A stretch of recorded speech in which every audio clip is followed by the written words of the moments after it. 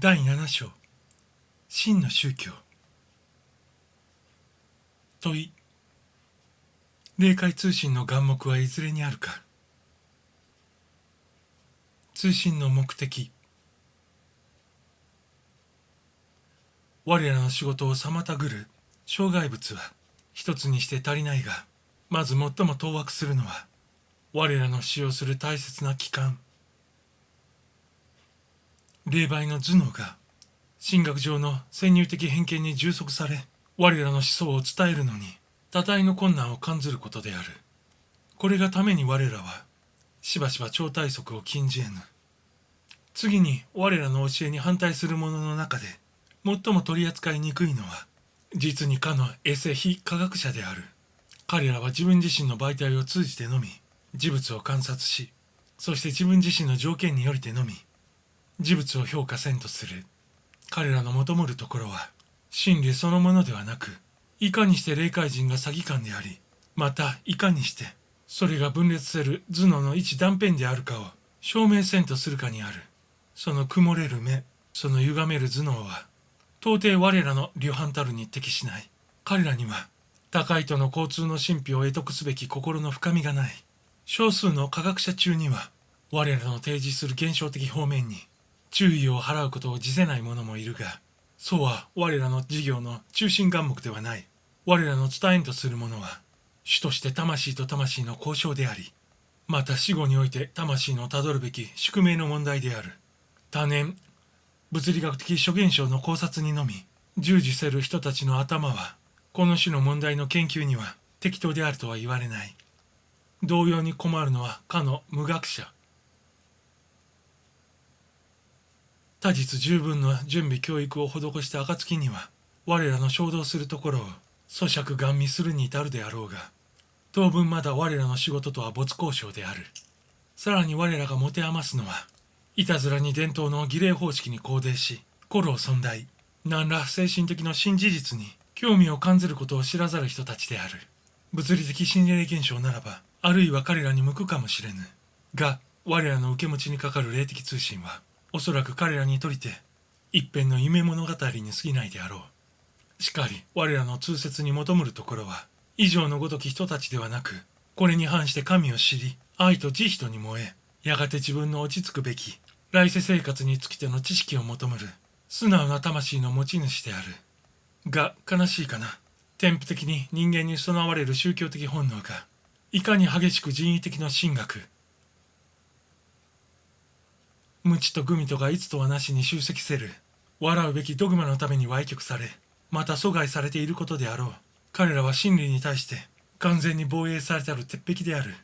我らが神の啓示を口にすれば、彼らは過去において現れたる啓示をもって完全無欠となし、新しきものを受け入れる心の余裕を有しない。もし我らが古代の啓示の矛盾を指摘し、いずれの啓示も決して円満具足をもって任ずるものでないことを告ぐれば、彼らはドグマだらけの神学者の上等語などを雇い来たりて、自家の主張の防衛に努める。要するに彼らはある特殊の場合に、ある特殊の目的をもって現れたる故経典の変幻適合をもって一般的真理なりと思考しているから困るのである。全くもってどしがたきはかの盲信の徒である。我らは病むことを得ず、時として何らかの奇跡をもって我らの使命の実有性を証明すべく試みるが、これも彼らに対してほとんど効果がない。彼らは言う。奇跡の時代はすでに過ぎた。奇跡はただ古代の聖者にのみ許されたものである。現在現れつつある奇跡は、実は神の仕業を模倣しつつある悪魔の奇変に過ぎない。真理をもって信仰の上に置き、神の御子の絶対性を否定する者は、まさしく魔王の所意に相違ないと。我らはかかる論法に接するときに、心から無然たらざるを得ない。それらの論者の多くは、皆愛と熱とに富める立派な人たちである。悲しいかな彼らには、世界の闇を照らすべき進歩的傾向がない。我らは心からそれらの人たちを使って通信を送りたいのであるが、我らはその前に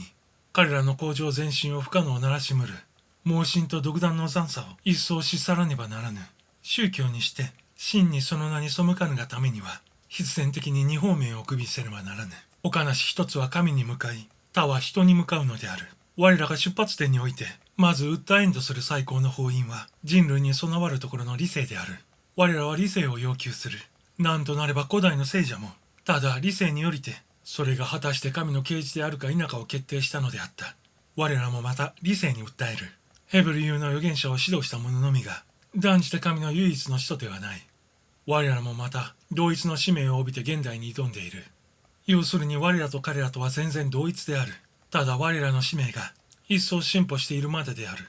我らの神と彼らの神とはそこに寸合の相違もない。ただその神性が一層よく発揮されているだけである。とにかく理性が最後の審判者である。理性を排斥する者は結局自己の暗愚を告白すると同一である。盲目的信仰は断じて理性的確信の代理たることはできない。信ずべき根底のある信仰と信ずべき根底のなき信仰とは決して同一過剰のものではない。我らはどこまでも理性に向かって訴えるものである。我らがいかなる理由で悪魔的であるか、我らの主張がいかなる点において魔的傾向を帯びているか、これを合理的に証明することができなければ、これらの人たちの建設はただ一辺の空ごとに過ぎないと言わねばならぬ。そうした人たちが教会の指導者であっては、人生もまた災いなるかなである。表釈。今日こそ英国人史の霊界通信に対する理解がようやく深まりつつあれど、